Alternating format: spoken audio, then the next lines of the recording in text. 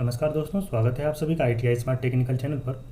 दोस्तों, आज हम लोग फ्रीटर के क्वेश्चंस पेपर को सॉल्व करेंगे। ये क्वेश्चन पेपर वर्ष 2013 के प्रथम सेमेस्टर का है। इसके सारे क्वेश्चंस को सॉल्व करने से पहले मैं आपको एक जानकारी देना चाहता हूँ। ITI स्मार्ट टेक्निकल के द्वारा प्रतिदिन रात 9 बजे से 10 बजे तक ऑनलाइन लाइव टेस्ट चलाई जाती है। यह टेस्ट सीरीज आपके लिए काफ़ी लाभदायक होगा। यदि आप अपने आप को बदलना चाहते हैं, आप किसी भी एग्ज़ाम्स को क्लियर करना चाहते हैं, कोई गवर्नमेंट जॉब लेना चाहते हैं, तो आप ITI स्मार्ट टेक्निकल के द्वारा चलाए जा रहे ऑनलाइन लाइव टेस्ट में ज़रूर भाग लें। मैं आपको दोबारा से बता रहा हूँ कि यह लाइव टेस्ट रात 9 बजे से 10 बजे तक चलाई जाती है। आगे बढ़ते हैं दोस्तों और सॉल्व करते हैं आज के क्वेश्चन पेपर को, जिसमें पहला क्वेश्चन है। मैं आपको इसमें हिंदी और अंग्रेजी दोनों को बताऊंगा ताकि अंग्रेजी वाले स्टूडेंट्स के लिए भी क्लियर हो जाए और हिंदी वाले स्टूडेंट्स को भी क्लियर हो जाए।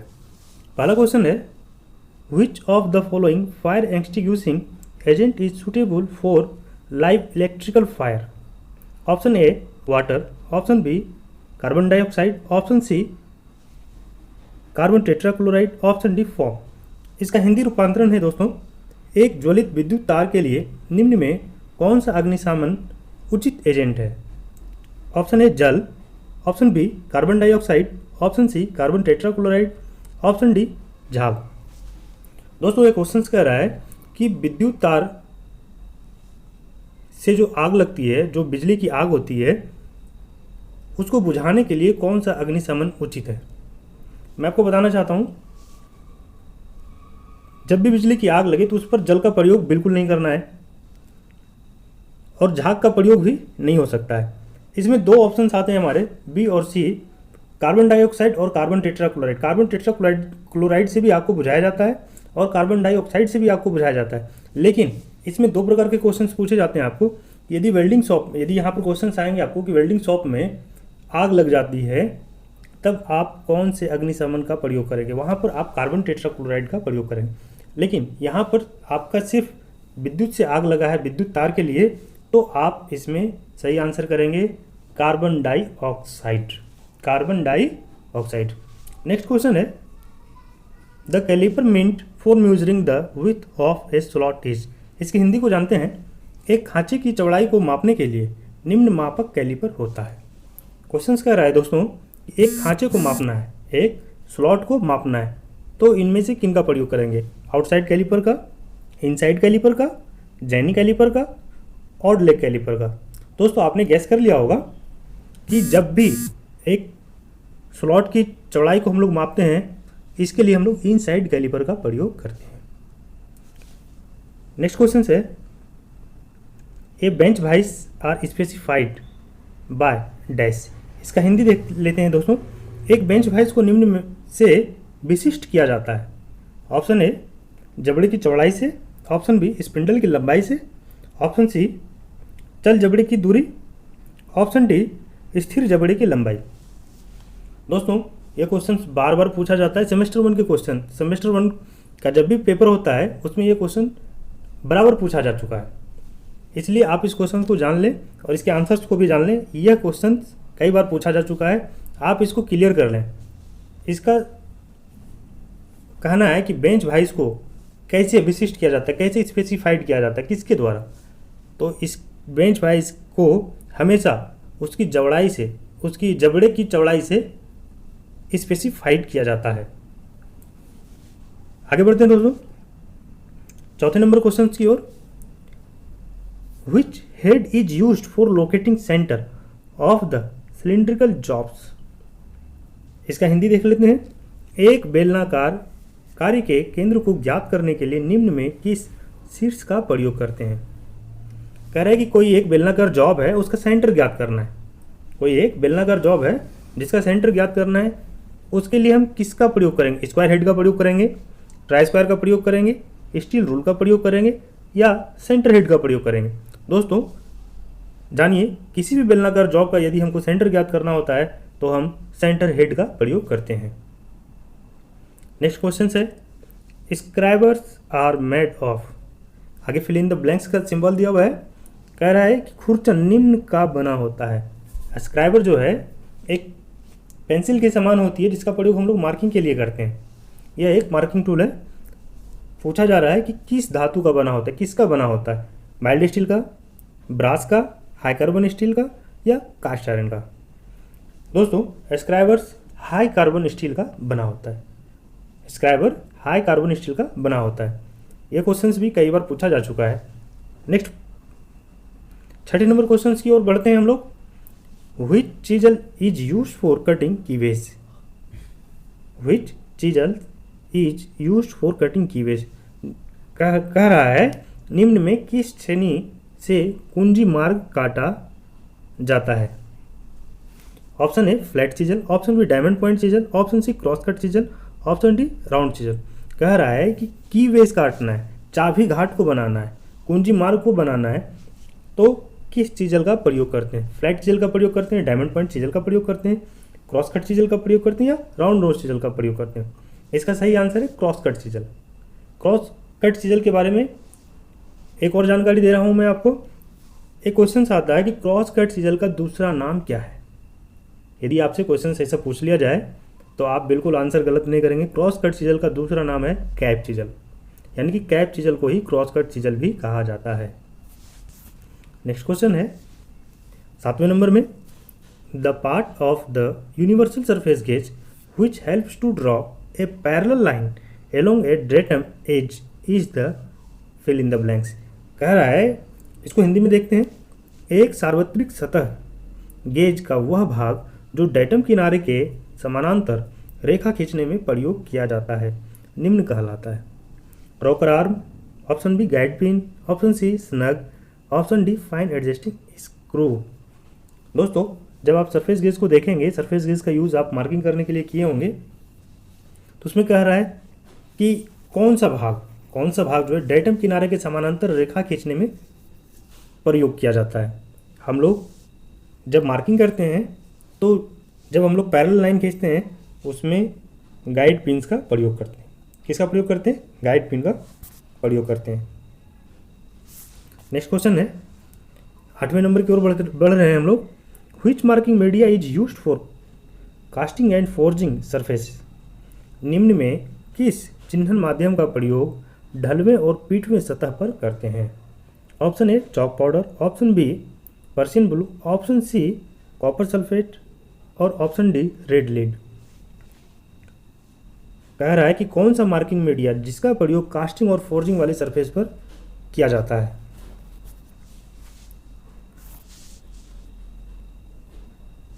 कास्टिंग और फोर्जिंग वाली सरफेस पर मार्किंग मीडिया के रूप में चॉक पाउडर का प्रयोग किया जाता है। किसका प्रयोग किया जाता है? चॉक पाउडर का प्रयोग किया जाता है। नेक्स्ट है, आगे बढ़ते हैं 9वें नंबर क्वेश्चंस की ओर। 9वें नंबर क्वेश्चंस में कह रहा है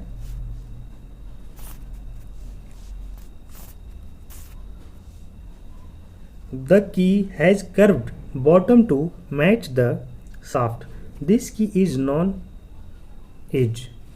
आगे डैश, इसका हिंदी पढ़ लेते हैं। इस कुंजी का वक्राकार चित्र होता है जो शाफ्ट से मेल करता है, इस कुंजी को क्या कहते हैं। ऑप्शन ए है होलोसेडल की, ऑप्शन बी शंख की, ऑप्शन डी फिदर की और ऑप्शन डी में दिया हुआ है फ्लैट सैडल की। कह रहा है कि कर्व्ड बॉटम, कौन सी चाबी जिसका जो है बॉटम जो है कर्व आकार में है। किस आकार में है? कर्व आकार में। तो इसका सही आंसर है फेदर की। फेदर की का बॉटम जो है कर्व आकार में होता है। ठीक है। नेक्स्ट है 10वें नंबर क्वेश्चन में, the good conductor of heat and electricity. The good conductor of heat and electricity, इसका हिंदी रूपांतरण देखते हैं। ताप और विद्युत का सुचालक निम्न है। Option A stainless steel wire, option B iron wire, option C copper wire, option D brass wire, यानी स्टेनलेस स्टील का तार, लोहे का तार, तांबे का तार या पीतल का तार।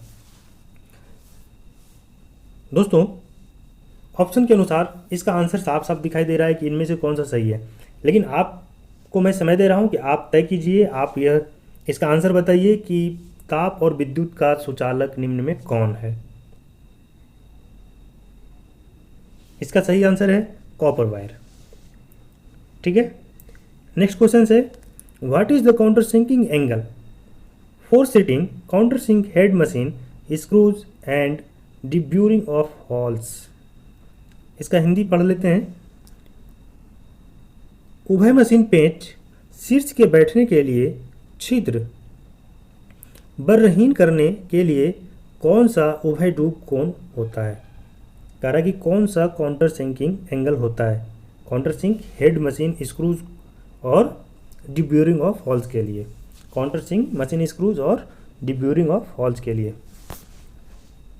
ऑप्शन ए है 60 degree, option B 70 degree, option C 80 degree, option D 90 degree. दोस्तों इसका सही आंसर है 70 डिग्री। काउंटर सिंकिंग जब भी की जाएगी 70 डिग्री में की जाएगी या 75 डिग्री में की जाएगी। नेक्स्ट है which inside dimension is not possible to measure by the inside micrometer। इसका हिंदी पढ़ते हैं। आंतरिक माइक्रोमीटर में कौन सा आंतरिक मापन नहीं किया जा सकता। क्वेश्चन को समझ लें दोस्तों, ये पूछ रहा है कि आंतरिक माइक्रोमीटर में कौन सा आंतरिक मापन नहीं किया जा सकता है। यह नहीं पूछ रहा है कि किया जा सकता है, बोल रहे हैं नहीं किया जा सकता है। Option A 10.45, option B 26.35, option C 76.20, option D 110.55। दोस्तों मैं आपको एक जानकारी देना चाहता हूँ यहाँ पर। इनसाइड माइक्रोमीटर की जो बनावट होती है वो 0 से 25 मिलीमीटर में नहीं होती है। किस में नहीं होती है? 0 से 25 मिलीमीटर में नहीं बनाई जाती है। वो आउटसाइड माइक्रोमीटर होती है जो 0 से 25 मिलीमीटर में बनाई जाती है, लेकिन इनसाइड माइक्रोमीटर को 0 से 25 mm में नहीं बनाया जाता है। इसलिए 25 mm से कम की माप इनसाइड माइक्रोमीटर के द्वारा नहीं ली जा सकती है। इस प्रकार इसका सही आंसर होगा option A 10.45। Next 13 number question की ओर बढ़ते हैं। कह रहा है the depth bar of vernier calliper is attached with, the depth bar of vernier calliper is attached with. इसका हिंदी देखते हैं। एक वर्नियर कैलिपर का गहराई छड़ निम्न से जुड़ा होता है। Option A fixed jaw, option B movable jaw, option C vernier scale, option D fine adjustment screw. दोस्तों जब आप वर्कशॉप में वर्नियर कैलिपर को चलाते होंगे, वर्नियर कैलिपर का जब आप प्रयोग कर रहे होंगे तो आप देखे होंगे कि उसका डेप्थ बार जो है, जिससे हम लोग डेप्थ प्रोब भी कहते हैं, वह किससे जुड़ा होता है? वह मूवेबल जॉ से जुड़ा होता है। किससे जुड़ा होता है? मूवेबल जॉ से जुड़ा होता है। बहुत इजी क्वेश्चन है ये और एग्जाम्स में कई बार पूछा जा चुका है। Next question, a drift is used for आगे डैश।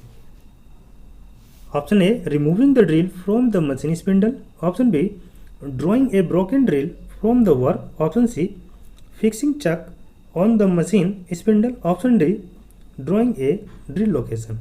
अब इसका हिंदी देखते हैं। एक ड्रिफ्ट का प्रयोग निम्न में होता है। ऑप्शन ए मशीन स्पिंडल से ड्रिल निकालने के लिए, ऑप्शन बी कारे से टूटे ड्रिल को निकालने के लिए, ऑप्शन सी मशीन स्पिंडल में चक लगाने के लिए, ऑप्शन डी ड्रिल की स्थिति बनाने में। कह रहा है एक ड्रिफ्ट का प्रयोग किस लिए किया जाता है? एक ड्रिफ्ट का प्रयोग निम्न में होता है। दोस्तों जब हम ड्रिल मशीन पर काम कर रहे होते हैं तब जब ड्रिल फंस जाता है हमारा चक में, किस में फंस जाता है? चक में या मशीन स्पिंडल में, उस समय हम ड्रिल को रिमूव करने के लिए, बाहर निकालने के लिए ड्रिल ड्रिफ्ट का प्रयोग करते हैं। किसका प्रयोग करते हैं? ड्रिल ड्रिफ्ट का प्रयोग करते हैं। ऑप्शन के अनुसार हम देख लेते हैं। इसके पहले ही ऑप्शन में दिया हुआ है removing the drill from the machine spindle, यानी मशीन स्पिंडल से ड्रिल निकालने के लिए ड्रिफ्ट का प्रयोग किया जाता है। आगे बढ़ते हैं 15वें क्वेश्चन की ओर। Which one of the following hammer is in heavy forging work? Option A ball pen hammer, option B cross pein hammer, option C state pein hammer, option D sledge hammer. इसका हिंदी देखते हैं। निम्न में किस हथौड़े को भारी पीट व कार्य में प्रयोग है? पहला ball pen hammer, option B है cross pin hammer, option C straight pin hammer, option D sledge hammer. दोस्तों साधारण कार्य के लिए तो हम बॉल पेन हैमर का प्रयोग कर लेंगे, क्रॉस पिन हैमर का प्रयोग कर लेंगे, स्ट्रेट पिन हैमर का प्रयोग कर लेंगे, लेकिन यह पूछा जा रहा है कि हैवी फोर्जिंग वर्क के लिए, और इसके वेट के अनुसार भी आप देख लेंगे तो ball pin hammer, cross pin hammer, straight pin hammer, इन तीनों का वेट भी लगभग हाफ LBS होता है, लेकिन स्लेज हैमर का वजन जो है ज़्यादा होता है, इसलिए इसका प्रयोग हैवी वर्क के लिए किया जाता है, हैवी फोर्जिंग कार्य के लिए किया जाता है। तो इसका ऑप्शन डी सही आंसर होगा। आगे बढ़ते हैं 16वें क्वेश्चन की ओर। Soft clamps are used for clamping sheet metal in bench vice because, option A they prevent breakage, option B they prevent indentation, option C they prevent wear and tear, option D they give high accuracy. इसका हिंदी रूपांतरण देखते हैं। मृदु clamp को bench vice में धातु चादर के क्लैंपिंग में प्रयोग किया जाता है क्योंकि ऑप्शन ए वह टूटन रोकता है, ऑप्शन बी वह मुड़न रोकता है, ऑप्शन सी वह घिसाव रोकता है, ऑप्शन डी वह उच्च यथार्थता देता है। दोस्तों जब हम जॉब को बनाते हैं बेंच वाइस में फाइलिंग करते हैं और जब फिनिशिंग दे रहे होते हैं उसमें क्या करते हैं हम लोग सॉफ्ट क्लैंप का प्रयोग करते हैं। क्यों करते हैं सॉफ्ट क्लैंप का प्रयोग? धातु में जो है किसी भी प्रकार का दाग नहीं लगे, किससे? बेंच वाइस के जबड़े से, क्योंकि बेंच वाइस के जबड़े में आप देखे होंगे स्लॉट कटा रहता है। स्लॉट कटे होने के कारण जब हम उसे कसकर बांधते हैं जॉब को, तब क्या होता है उसके ऊपर दाग आ जाता है। क्या आ जाता है? दाग आ जाता है। उससे बचने के लिए हम सॉफ्ट क्लैंप्स का प्रयोग करते हैं। तो इसका ऑप्शन बी होगा सही आंसर, दे प्रिवेंट इंडेंटेशन। नेक्स्ट आगे बढ़ते हैं 17वें नंबर के क्वेश्चंस की ओर। दोस्तों इसमें सभी क्वेश्चंस आपके बहुत इंपॉर्टेंट हैं। मैं आपसे कहना चाहूँगा कि आप इसे अच्छे से पढ़ें और बारीकी से पढ़ें और इसका अध्ययन जो है लगातार आप करते रहें। नेक्स्ट है one of the function of fuller in forging shop is, option A swaging down, option B upsetting, option C necking down, option D bending down. इसका हिंदी देखते हैं। एक पिटवा शॉप में फूलर का निम्न कार्य होता है। ऑप्शन ए नीचे झुकाना, ऑप्शन बी सीधा करना, ऑप्शन सी गर्दन झुकाना, ऑप्शन डी नीचे मोड़ना। यह फोर्जिंग प्रोसेस है। कह रहा है कि फोर्जिंग शॉप में फूलर का क्या कार्य होता है। तो फूलर का कार्य होता है नेकिंग एंड ग्रूविंग करने का, मतलब गर्दन को झुकाने का और ग्रूव को बनाने का। नेकिंग एंड ग्रूविंग का कार्य होता है। तो ऑप्शन सी की ओर हम बढ़ रहे हैं। ऑप्शन सी कह रहा है नेकिंग डाउन, यानी कि गर्दन को झुकाने का काम करता है कौन? फूलर। नेक्स्ट 18 नंबर की ओर हैं हम। After hardening the tool is reheated and cooled to get required property of toughness, this process is called.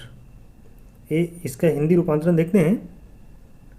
एक टूल को कठोरन के पश्चात उसे पुनः तप्त कर शीतल कर आवश्यक मजबूती प्रदान की जाती है। इस विधि को निम्न कहते हैं। ऑप्शन ए ज्वाला कठोरन, इसे अंग्रेजी में कहते हैं फ्लेम हार्डनिंग, ऑप्शन बी नरमीकरण यानी कि टेम्परिंग, ऑप्शन सी इंडक्शन कठोरन यानी कि induction hardening, option D case hardening यानी केस कठोरन। कह रहा है कि एक टूल को कठोर करने के पश्चात उसे पुनः तप्त कर, यानी कि एक बार हिट किया उसे फिर दोबारा हिट करना है, तब कहता है कि कौन सी मजबूती प्राप्त की जा सकती है। इस विधि को क्या कहते हैं? दोस्तों जब हार्डनिंग की जाती है किसी टूल को और उसको दोबारा ठंडा करने के बाद दोबारा रीहीट किया जाता है, दोबारा से गर्म किया जाता है, गर्म करने के बाद जब उसे दोबारा ठंडा किया जाता है तब उसमें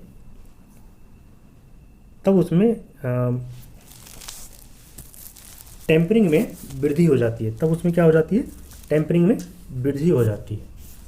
ठीक है, तो हम बढ़ेंगे ऑप्शन बी की ओर। नेक्स्ट क्वेश्चन है 19 नंबर में। Diluted hydraulic acid is used as flux for soldering, बहुत ही अच्छा क्वेश्चन है ये। तनु हाइड्रोलिक अम्ल का प्रयोग सोल्डरिंग कार्य में फ्लक्स के लिए करते हैं। Option A galvanised iron sheet, option B copper sheet, option C stainless steel sheet, option D brass sheet. कह रहा है कि हाइड्रोलिक अम्ल का प्रयोग सोल्डरिंग कार्य में फ्लक्स के लिए करते हैं, किस में करते हैं? यह बहुत ही इंपॉर्टेंट क्वेश्चन है दोस्तों, इसे कई बार पूछा जा चुका है। यह क्वेश्चन ऑर्डिनेंस फैक्ट्री में भी पूछा जा चुका है, ठीक है। हैवी व्हीकल फैक्ट्री में भी इस क्वेश्चन को पूछा जा चुका है, इसलिए इस क्वेश्चन को आप VVI समझें, बहुत ही इंपॉर्टेंट क्वेश्चन है। तो आप जानें कि डाइल्यूटेड हाइड्रोलिक एसिड का प्रयोग फ्लक्स के रूप में किया जाता है, किसमें? गैल्वेनाइज्ड आयरन शीट के लिए। किसके लिए? गैल्वेनाइज्ड आयरन शीट के लिए।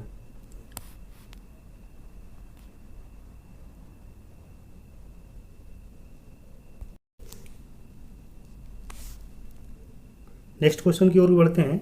ए stake is used, a stake is a dash. Stake निम्न होता है, मार्किंग टूल होता है, हैंड टूल होता है, कटिंग टूल होता है या सपोर्टिंग टूल होता है। स्टेक एक सपोर्टिंग टूल है, इसका प्रयोग फॉर्जिंग शॉप में किया जाता है, ठीक है दोस्तों। आगे बढ़ते हैं 21वें नंबर क्वेश्चन की ओर। The most suitable tool for correct folding of sheet metal at 90 degree is. Option A folding bars, angle iron, option C hand hammer, option D head stake. कह रहा है कि एक धातु चादर को 90 डिग्री पर सही रूप में से मोड़ने के लिए उत्तम टूल निम्न होता है। ऑप्शन ए मोरछड़, ऑप्शन बी कोन लोहा, option C hand hammer, option D head stake. दोस्तों, जब किसी शीट मेटल को 90 डिग्री पर फोल्ड किया जाता है तो हम लोग फोल्डिंग बार्स का प्रयोग करते हैं, फोल्डिंग बार्स का प्रयोग करते हैं, ओके। इसका ऑप्शन ए सही है। नेक्स्ट है the maximum distance from the edge to the centre of the first rivet should be. Option A 2 times the diameter of the rivet, option B 3 times the diameter of the rivet, option C 4 times the diameter of the rivet, option D 5 times the diameter of the rivet. कह रहा है कि इसका हिंदी पढ़ लेते हैं। प्रथम rivet के केंद्र से किनारे तक की अधिकतम दूरी निम्न होती है। ऑप्शन ए रिवेट के व्यास का 2 गुना, ऑप्शन बी रिवेट के व्यास का 3 गुना, ऑप्शन सी रिवेट के व्यास का 4 गुना, ऑप्शन डी रिवेट के व्यास का 5 गुना। दोस्तों, रिवेट के केंद्र से किनारे तक की अधिकतम दूरी होती है रिवेट का व्यास का 2 गुना। इस प्रकार इसका ऑप्शन ए सही है। Next, the colour code of identifying gas cylinder containing oxygen is dash. Option A red, option B blue, option C black, option D maroon. इसको हिंदी में देख लेते हैं। ऑक्सीजन से भरे सिलेंडर को पहचानने के लिए निम्न रंग कोड है। ऑप्शन ए लाल, ऑप्शन बी नीला, ऑप्शन सी काला, ऑप्शन डी मैरून। दोस्तों, यह बहुत ही अच्छा क्वेश्चन है, इसको कई बार एग्जाम में पूछा जा चुका है। आप इसे अच्छी तरह से याद कर लें। पहला क्वेश्चन है कि ऑक्सीजन से भरे सिलेंडर को पहचानने के लिए निम्न में रंग कोड क्या है। इसका ही दूसरा क्वेश्चन पूछा जाता है एसिटिलीन से भरे सिलेंडर को पहचानने के लिए निम्न में रंग कोड कौन सा है। तो दोनों को हम जान लेते हैं। ऑक्सीजन के लिए ब्लैक सिलेंडर होता है और एसिटिलीन के लिए मैरून सिलेंडर होता है। ऑक्सीजन के लिए ब्लैक सिलेंडर और मैरून के लिए, मैरून किसके लिए प्रयोग किया जाता है? एसिटिलीन सिलेंडर के लिए। नेक्स्ट क्वेश्चन है 24वें नंबर की ओर बढ़ रहे हैं। The root opening is square but welding is given. Option A to maintain correct dimension, option B to keep the job in alignment, option C to control the distortion, option D to obtain penetration. इसे हिंदी में देखते हैं। एक चौकोर butt welding में मुख्य खोल निम्न के लिए दिया जाता है। सही आकार रखने के लिए, ऑप्शन बी कार्य को समझन में रखने के लिए, ऑप्शन सी विकृतीकरण नियंत्रण में, ऑप्शन डी भेदन प्राप्त करने में। स्क्वायर बट वेल्डिंग में जो है रूट ओपनिंग क्यों दिया जाता है? रूट ओपनिंग दिया जाता है किस लिए? टू मेंटेन करेक्ट डायमेंशन, या to keep the job in alignment, to control the distortion, या टू ऑब्टेन पेनेट्रेशन। किसके लिए किया जाता है? तो टू कंट्रोल द डिस्टॉर्शन, विकृतीकरण को रोकने के लिए, यानी कि विरूपण को। यहाँ पर विकृतीकरण की जगह विरूपण भी दिया रहता है दोस्तों, विरूपण को नियंत्रण करने के लिए। बिल्कुल सही, सी ऑप्शन हमारा सही है। नेक्स्ट है 25वें नंबर क्वेश्चन की ओर बढ़ चुके हैं हम लोग दोस्तों। If a patient does not respond to mouth resuscitation treat a first aider should immediately dash. Option seek medical help, option B check for broken limbs, C number option में keep the body warm with blankets, option D check pupils of eyes and pulse. कह रहा है कि यदि एक मरीज मुंह से मुंह श्वसन प्रक्रिया का सही प्रतिक्रिया न करे तो प्राथमिक उपचारक को निम्न करना चाहिए। ऑप्शन ए तुरंत चिकित्सा सहायता ढूंढें, ऑप्शन बी टूटे हुए अस्थियां देखें, ऑप्शन सी शरीर, यहाँ पर शरीर होगा, शरीर को कंबल से गर्म रखें, ऑप्शन डी नारी और चक्षु नेत्र चक्षु, नेत्र और चक्षु दोनों एक ही होता है, चक्षु संस्कृत वर्ड है, की जांच करें। दोस्तों जब कोई मरीज श्वसन प्रक्रिया सही तरीके से नहीं करे तो हमें क्या करना चाहिए? फर्स्ट एडर प्राथमिक उपचारक को क्या करना चाहिए? प्राथमिक उपचारक को तुरंत चिकित्सा सहायता ढूंढना चाहिए, तुरंत उसे इमीडिएटली मेडिकल लेकर के जाना चाहिए। Okay, next, which grade of file is used for removing rapidly a large quantity of metal? पहला ऑप्शन दिया गया है इसमें, option A dead smooth file, option B smooth file, option C second cut file, option D rough file. Hindi में देखते हैं इन्हें, रेती के किस श्रेणी के उपयोग से अधिक धातु तुरंत निकाली जा सकती है? ऑप्शन ए मृत चिकना रेती, ऑप्शन बी चिकना रेती, ऑप्शन सी द्वितीय कट रेती, ऑप्शन डी रुक्ष रेती। दोस्तों कह रहा है क्या कि अधिक मात्रा में, किस मात्रा में? अधिक मात्रा में तुरंत निकाली जा सकती है, रैपिडली मतलब जल्दी से। तो डेड स्मूथ से तो बहुत कम फाइलिंग होगी, स्मूथ फाइल से भी कम फाइलिंग होगी। सेकंड कट फाइल और rough file, second cut file क्या होता है कि फाइलिंग के नज़दीक लेकर के जाते हैं, लेकिन इससे जो है कि रैपिडली लार्ज क्वांटिटी में मेटल रिमूव नहीं होता है, जबकि रफ फाइल से rapidly large quantity of metal remove होता है। तो ऑप्शन डी हमारा करेक्ट है। नेक्स्ट है, is slide convexity is given in the cutting edge of the flat chisel is to.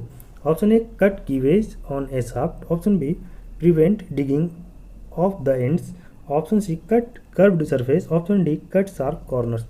Hindi में देखते हैं इसे, एक चपटे रेती के कर्तन कोनों पर हल्का सा उत्तलता निम्न कारण से दिया जाता है। ऑप्शन ए शाफ्ट पर कुंजी मार काटने, ऑप्शन बी छोड़ों में गर्त बनने को रोकने, ऑप्शन सी वक्री सतह काटने, ऑप्शन डी तेज कोने काटने के लिए। दोस्तों एक चीज फ्लैट चीजल के कटिंग एज पर जो है कॉन्वेक्सिटी दिया जाता है।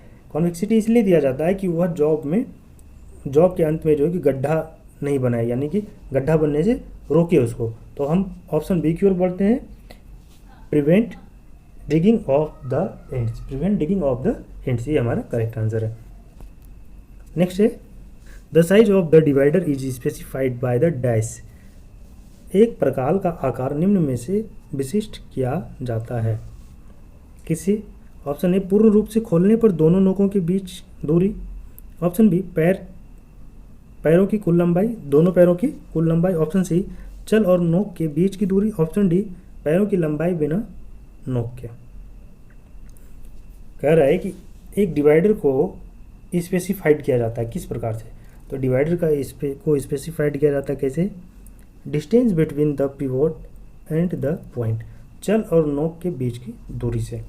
किसे किया जाता है? Distance between the pivot and the point, चल और नोक के बीच की दूरी से डिवाइडर को स्पेसिफाइड किया जाता है।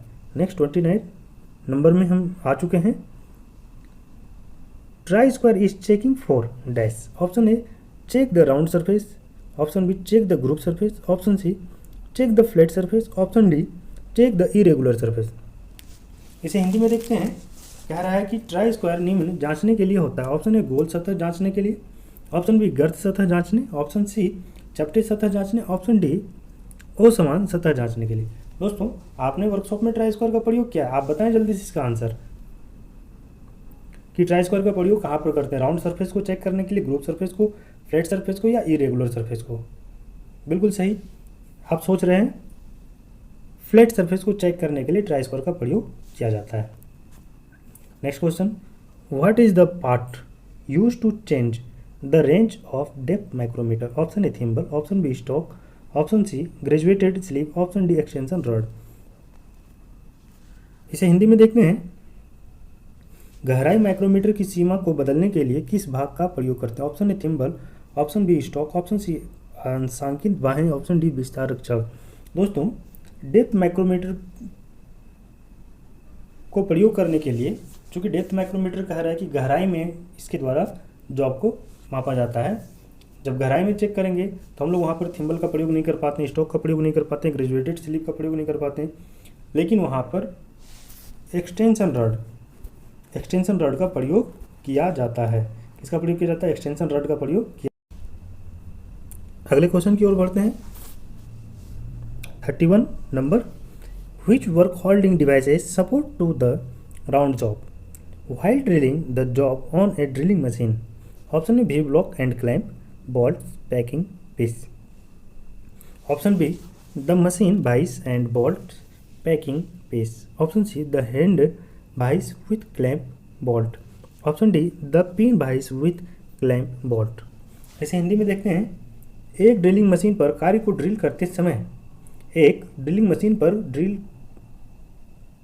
करते समय गोल कार्य को जकड़ने के लिए किस युक्ति का प्रयोग करते हैं? ऑप्शन ए भी ब्लॉक और क्लैंप, बोल्ट और पैकिंग टुकड़े। ऑप्शन बी मशीन बांक, बोल्ट और पैकिंग टुकड़े। ऑप्शन सी हस्त बांक, क्लैंप और बोल्ट। ऑप्शन डी पिन बांक, क्लैंप और बोल्ट। भाइस का हिंदी नाम बांक होता है, ठीक है। भाइस को हिंदी में क्या कहते हैं? बांक। तो यहाँ खैर ये बिल्कुल ही इजी क्वेश्चन है। ये पूछ रहा है कि गोल जॉब को पकड़ना है, तो आप जानते हैं कि गोल जॉब को पकड़ने के लिए हम लोग भी ब्लॉक का प्रयोग करते हैं। तो हमारा ऑप्शन ए में ही साफ साफ दिखाई दे रहा है, V block and clamp, bolts, packing, piece. आगे बढ़ते हैं दोस्तों 32वें नंबर क्वेश्चन की ओर। The best placement of stock for heating in the forge is? Option A below the tuyeres with the fire coming from deep inside. Option B on the top of the fire covered with a thin layer of coil.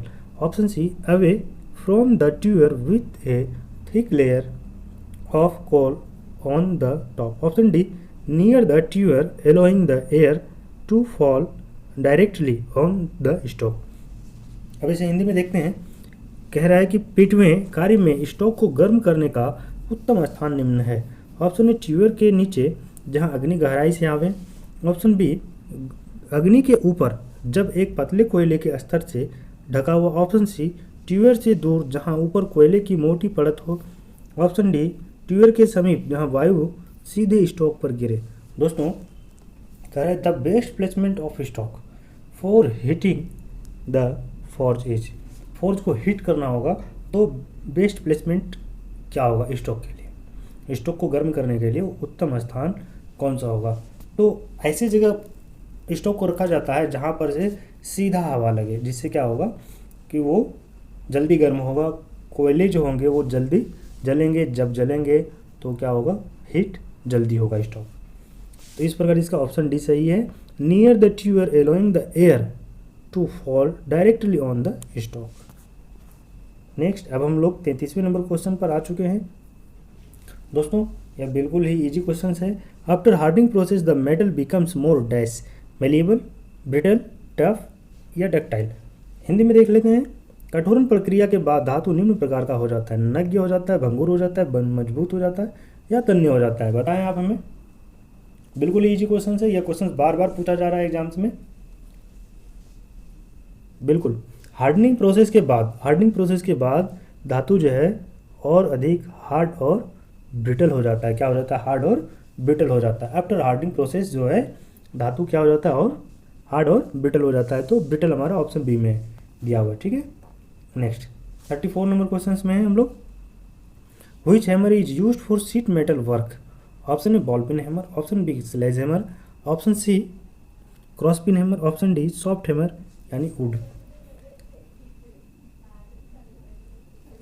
इसे हिंदी में देखते हैं। धातु चादर कार्य में किस हथौड़े का प्रयोग होता है? Option A ball pen hammer, option B sledge hammer, option C cross pin hammer, option D मृदु हैमर यानी कि काट। दोस्तों शीट मेटल कार्य में हम लोग बॉल पेन हैमर का प्रयोग नहीं करते हैं, स्लेज हैमर का प्रयोग नहीं करते हैं, क्योंकि स्लेज हैमर का प्रयोग हम लोग फॉर्जिंग शॉप के लिए करते हैं। क्रॉस पिन हैमर का भी प्रयोग नहीं करते हैं शीट मेटल कार्य के लिए, बल्कि हम लोग सॉफ्ट हैमर, जो लकड़ी की हैमर बनी होती है, उसका प्रयोग हम लोग शीट मेटल कार्य के लिए करते हैं।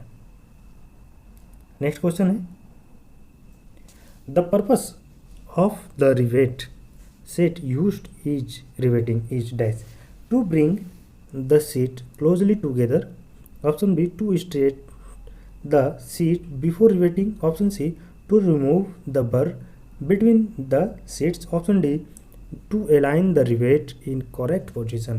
कह रहा है रिवेटिंग कार्य में रिवेट सेट का निम्न उद्देश्य से करते हैं। रिवेटिंग से कार्य के लिए रिवेट सेट का प्रयोग निम्न उद्देश्य से करते हैं, और कह रहा है चादरों को एक दूसरे के समीप लाने के लिए, चादरों को रिवेटिंग के पूर्व सीधा करने के लिए, चादरों के मध्य बर हटाने के लिए, ऑप्शन डी में कह रहा है कि रिवेट को सही स्थिति में समंजन करने के लिए। तो इसका सही आंसर है रिवेट सेट का प्रयोग किया जाता है सीट को क्लोजली लाने के लिए। किस लिए? सीट को क्लोज, एक दूसरे सीट के नज़दीक लाने के लिए, चादरों को एक दूसरे के समीप लाने के लिए रिवेट सेट का प्रयोग किया जाता है। नेक्स्ट क्वेश्चन 36 नंबर की ओर हम आ चुके हैं। More spatters are used for dash, slow speed, excess current, more speed या बिगर गेज ऑफ इलेक्ट्रोड। इसे हिंदी में पढ़ लेते हैं। अधिक स्पैटर का प्रयोग निम्न के लिए करते हैं। ए निम्न वेग के लिए, बी उच्च धारा के लिए, सी उच्च वेग के लिए, डी इलेक्ट्रोड के बड़े गेज के लिए। किस लिए करते हैं? स्पैटर का प्रयोग किसके लिए करते हैं? तो स्पैटर का प्रयोग हर हमेशा हम लोग एक्सेस करेंट के लिए करते हैं। More spatters are used for excess current. हम ऑप्शन बी की ओर बढ़ रहे हैं। दोस्तों ये सभी क्वेश्चंस को आप अच्छे से पढ़ लें। ये क्वेश्चन सारे आपके लिए लाभकारी हैं, चाहे आप UPRVNL का एग्ज़ाम दे रहे हो या हैवी वाटर बोर्ड का एग्ज़ाम दे रहे हो, या ऑर्डिनेंस फैक्ट्री के लिए, इसरो के लिए या DRDO के लिए, सभी क्वेश्चन ये VVI हैं। आप इसे अच्छी तरह से पढ़ें। प्रीवियस ईयर के क्वेश्चन से ही इन सभी एग्ज़ाम्स में क्वेश्चंस को पूछा जाता है। यदि आपका प्रीवियस ईयर का क्वेश्चंस तैयार है तो आपकी तैयारी बिल्कुल अच्छी है, क्योंकि इससे ही लगभग क्वेश्चंस, एक ही क्वेश्चंस को बार बार रिपीट किया जाता है। ठीक है दोस्तों, आगे बढ़ते हैं।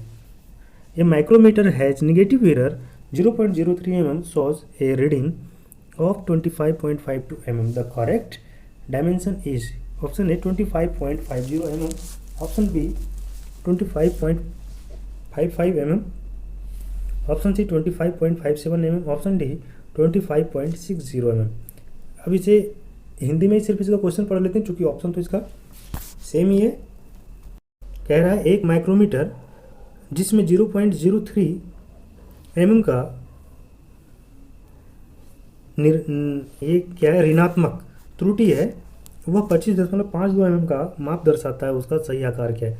दोस्तों यह क्या कह रहा है? नेगेटिव एरर है, और हम लोग जानते हैं नेगेटिव एरर जहाँ पर होती है वहाँ पर जो रीडिंग शो कर रहा होता है उसमें उस नेगेटिव एरर को हम जोड़ देते हैं।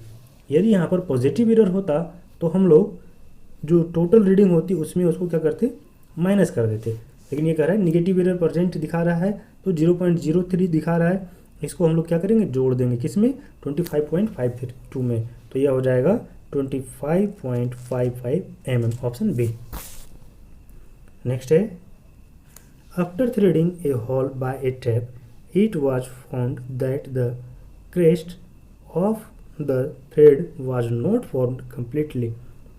This defect is due to option A hole size slightly more than the tap drill size, option B insufficient coolant supply, option C broken the tip of cutting edge of the tap, option D hole size slightly less than the tap drill size। इसे हिंदी में देखते हैं। कह रहा है कि एक tap से छिद्र करने के बाद यह पाया गया है कि छिद्र का शिखर पूर्ण रूप से नहीं बना। यह दोष निम्न से होता है। इसके ऑप्शंस इस प्रकार दिए गए हैं। छिद्र का आकार टैप ड्रिल से थोड़ा बड़ा है, शीतलक की आपूर्ति अपर्याप्त है, ऑप्शन सी में दिया है टेप के अग्र कर्तन किनारा टूटा हुआ है, ऑप्शन डी में है छिद्र का आकार टैप ड्रिल से थोड़ा छोटा है। दोस्तों करेक्ट क्वेश्चन शो कर रहा है, बिल्कुल इजी कह रहा है, क्वेश्चन में ही आंसर छिपा हुआ है। कह रहा है after threading a hole by a tap, एक टैप के द्वारा जब थ्रेडिंग की जाती है तब क्या है, क्रेस्ट पूर्ण रूप से नहीं बनता है, शिखर क्या है, पूर्ण रूप से नहीं बनता है। इसके लिए क्या कारण हो सकता है? डिफेक्ट जो होता है, यदि हॉल साइज बड़ा होगा ट्रैप ड्रिल की अपेक्षा, तब क्रेस्ट सही रूप से नहीं बनेगा। इसलिए ऑप्शन ए इसका सही है। Hall size slightly more than the tap drill size, क्या है कि हॉल का साइज जो है टैप ड्रिल साइज की अपेक्षा क्या है, बड़ा है। इस कारण से शिखर पूर्ण रूप से नहीं बनेगा, क्रेस्ट क्या है, पूर्ण रूप से नहीं बनेगा। नेक्स्ट 39 क्वेश्चन की ओर हैं हम। कह रहे हैं which type of non destructive test in suitable to check the internal defects weld in high pressure boiler welding? Option A visual test, option B liquid penetrate test, option C magnetic practice test, option D radiographic test. दोस्तों यह questions अभी हाल ही में पूछा गया है DMRC के exams में, इसलिए इस क्वेश्चंस को देख लेंगे आप। इसका हिंदी है, उच्च दाब बॉयलर के वेल्डिंग में आंतरिक दोष जांचने के लिए किस प्रकार का अविनाशकारी जांच उपयुक्त होना है? ऑप्शन ए दृश्य जांच, ऑप्शन बी द्रव भेदन जांच, ऑप्शन सी चुंबकीयकरण जांच, ऑप्शन डी रेडियोग्राफिक जांच। कह रहा है नॉन डिस्ट्रक्टिव टेस्ट के लिए, नॉन डिस्ट्रक्टिव टेस्ट के लिए कौन सा जो ये इंटरनल डिफेक्ट है वेल्ड में, तो उसको कैसे हम लोग जांचेंगे? तो हम लोग रेडियोग्राफिक टेस्ट जब करेंगे तो इसमें जो त्रुटि है वो सामने आ जाएगी। ऑप्शन डी इसका करेक्ट आंसर है। नेक्स्ट क्वेश्चन है a new hexa blade after new stocks, यहाँ पर ये फ्यू स्टॉक्स होना चाहिए, new stocks become loose because of the, option A wing nut thread being worm out, option B, sorry यहाँ worm नहीं है, वॉर्न आउट है, option B improper selection of the set of screw, option C stretching of the blade, option D wrong pitch of the blade। Hindi में एक नया hexa blade प्रचालन के पश्चात ढीला हो जाता है, कुछ प्रचालन के पश्चात क्या हो जाता है, ढीला हो जाता है, क्योंकि ऑप्शन ए पंख का नट पेंच घिस गया है, ऑप्शन बी पेंच सेट का गलत चयन, ऑप्शन सी ब्लेड का खिंचाव, ऑप्शन डी ब्लेड का गलत पिच। दोस्तों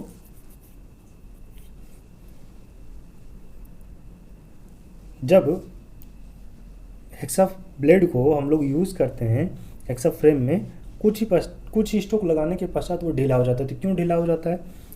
कह रहा है कि क्या उसका पंखी नट का जो है पेंच घिस गया है, क्या पेंच सेट गलत चयन हो गया है, या कह रहा है कि ब्लेड में खिंचाव आ जाने के कारण, या कह रहा है कि ब्लेड का गलत पिच होने के कारण।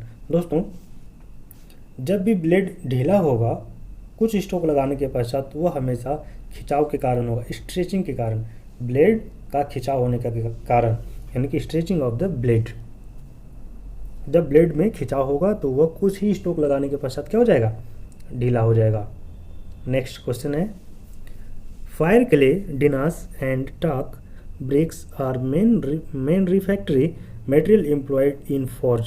What is the melting point of natural talc? Option A, option जो इसका सेम ही है इसलिए मैं इसके सिर्फ हिंदी को पढ़ रहा हूँ।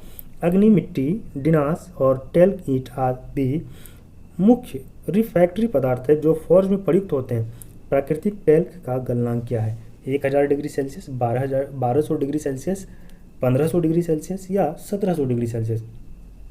दोस्तों इसका मेल्टिंग पॉइंट होता है नेचुरल टॉक का 1500 डिग्री सेल्सियस। ऑप्शन सी इसका करेक्ट आंसर है। आगे बढ़ते हैं 42 नंबर क्वेश्चंस की ओर। The swage is a tool used in forge shop, it is made out of.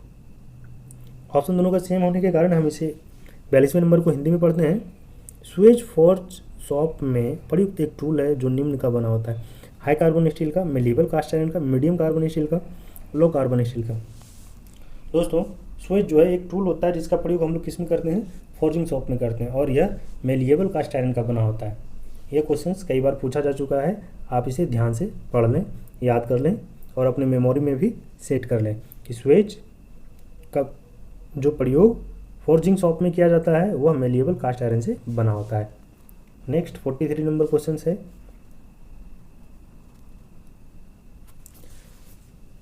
The type of hammer use in force shop weight from 1 to 2 kgs and it fitted with short wooden handle each। इसे हिंदी में पढ़ते हैं। Force shop में प्रयुक्त हथौड़े 1 से 2 kilo वजन के होते हैं तथा छोटे काट हत्थे होते हैं। इसे निम्न कहते हैं, हैंड हैमर कहते हैं, स्लैश हैमर कहते हैं, बॉल पेन हैमर कहते हैं, स्ट्रेट पेन हैमर कहते हैं। देखिए दोस्तों, ये कह रहा है कि फोर्जिंग शॉप में प्रयोग किया जाता है, फोर्जिंग शॉप में स्लैश हैमर का प्रयोग किया जाता है भारी कार्यों के लिए। लेकिन इसमें एक यह कह रहा है सब प्रश्न में ही कि छोटे हत्थे होते हैं। कैसे होते हैं? छोटे हत्थे होते हैं। और दूसरा कह रहा है कि 1 से 2 किलो ही वजन होता है, तो हम लोग फोर्जिंग शॉप में हैंड हैमर का प्रयोग करते हैं जिसका वजन 1 से 2 किलो होता है और हत्थे भी इसके छोटे होते हैं। यदि स्लेज हैमर का प्रयोग करेंगे तो उसके हैंडल की लंबाई 60 से 90 सेंटीमीटर तक होती है, तो वो बहुत बड़ा हत्था हो जाता है। ठीक है, तो छोटे हत्थे हैंड हैमर में लगाए जाते हैं। नेक्स्ट क्वेश्चन है 44, drawing out process is done on anvil, name the part on operation is done. Option A है face, option B beak, option C tail, option D round hole. कहता है निहाई पर खींचने का कार्य किया जाता है, किस भाग पर यह प्रक्रिया की जाती है उसका नाम निम्न है। ड्राइंग आउट प्रोसेस किस पर होता है? दोस्तों ड्राइंग आउट प्रोसेस हमेशा फेस पर होता है। किस पर होता है? फेस पर ड्राइंग आउट ऑपरेशन किया जाता है। नेक्स्ट है 45, name the cutting tool fixed in the anvil square hall. Hindi में देखते हैं, निहाई के चौकोर छिद्र में फिक्स कर्तन टूल का नाम बताएं। Hot set, hard I, cold set या एनविल। दोस्तों एनविल के में जो स्क्वायर होल होता है, एनविल में जो स्क्वायर होल होता है उसमें जो कटिंग टूल का नाम पूछा जा रहा है वो होता है हार्ड डाई। क्या होता है? Hard die. नेक्स्ट है while normalising the component should be cooled by. Option A dipping in water, option B forced in air, option C quenching in oil, option D in still air to room temperature. कह रहा है कि सामान्यकरण प्रक्रिया में घटक को निम्न में ठंडा करना चाहिए। जल में डुबोकर, बल प्रवाहित वायु द्वारा, तेल में डुबोकर, स्थिर वायु में कमरे के तापमान पर। दोस्तों नॉर्मलाइजिंग जब भी की जाती है और नॉर्मलाइजिंग में जब भी क्विंचिंग की बात आती है, कूल्ड करने की बात आती है, तो उसे रूम के तापमान पर गर्म किया जाता है, रूम के तापमान पर। नेक्स्ट 47 नंबर में एक फिगर दिया गया, इसको पहचानना है। दिए गए स्टेक का नाम बताएं। ऑप्शन ए गोल शीर्ष stake, option B funnel stake या कीप स्टेक किसे कहते हैं, option C half moon stake यानी कि अर्धचंद्राकार stake, option D copper smith stake यानी ताम्रकारी स्टेक। दोस्तों यह ताम्रकारी स्टेक है या कॉपर स्मिथ स्टेक है, इसको कॉपर से बनाया जाता है। ठीक है, नेक्स्ट फिर फिगर ही दिया गया है, पूछा जा रहा है कि इस फिगर का नाम बताएं। कि जो फिगर दिया गया है आपको स्क्रीन पर दिखाए जा रहे हैं, इसका नाम क्या है? सॉलिड पंच है, टीनर्स हैंड पंच है, होलो पंच है, आयरन हैंड पंच है। यह टीनर्स हैंड पंच है। यह क्या है? टीनकार हस्त पंच है। 49 क्वेश्चन नंबर है the preferred material for soldering bit is. Soldering bit के लिए उत्तम पदार्थ निम्न है। लीड है, टीन है, कॉपर है या जिंक है। इन चारों ऑप्शन में कौन सा है? दोस्तों सोल्डरिंग बिट के लिए उत्तम पदार्थ कौन है? यह क्वेश्चन चेंज करके इस तरह से भी पूछा जाता है कि सोल्डरिंग बिट किस मेटल के बने होते हैं या सोल्डरिंग बिट किस मेटल के बनाए जाते हैं। तो इसका सही आंसर है कॉपर। इसका सही आंसर क्या है? कॉपर। सोल्डरिंग बिट कॉपर के बनाए जाते हैं। Next and last question, the type of brush use to remove coarse rust in a sheet metal before painting is. कह रहा है कि पेंटिंग से पूर्व चादरों को रुक्ष जंग को अलग करने के लिए प्रयुक्त ब्रश के प्रकार बताएं। Wooden brush, nylon brush, wire brush या पेंटिंग ब्रश।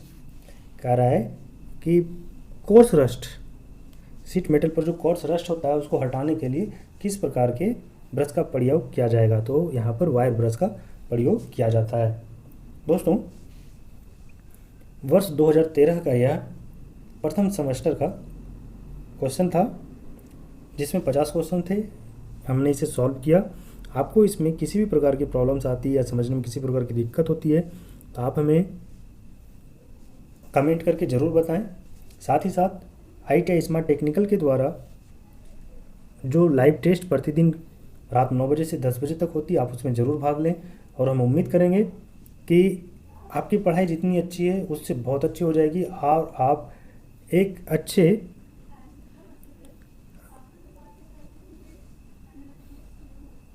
ITI स्टूडेंट्स बन पाएंगे और आपकी तैयारी काफ़ी अच्छी हो जाएगी। आप किसी भी एग्ज़ाम में आपको ये डर नहीं रहेगा कि हमें कुछ नहीं आता है। क्वेश्चन देखते ही आपको लगता है क्या कि नहीं मुझे नहीं आता है, मुझे नहीं आता। नहीं, आप अपने अंदर के इच्छा को जगाइए और उन्हें देखें, टेस्ट दें। लगातार टेस्ट देते रहने से आपके अंदर में जितनी कमियां हैं वो दूर हो जाएंगी। और मैं आपसे वादा करता हूं कि यदि आप हमारे वीडियो को लगातार देखते रहेंगे, हमारे लाइव टेस्ट सीरीज में लगातार भाग लेंगे, तो आपकी पढ़ाई बहुत अच्छी हो जाएगी। इसी के साथ ही आज मैं आपसे विदा लेता हूं।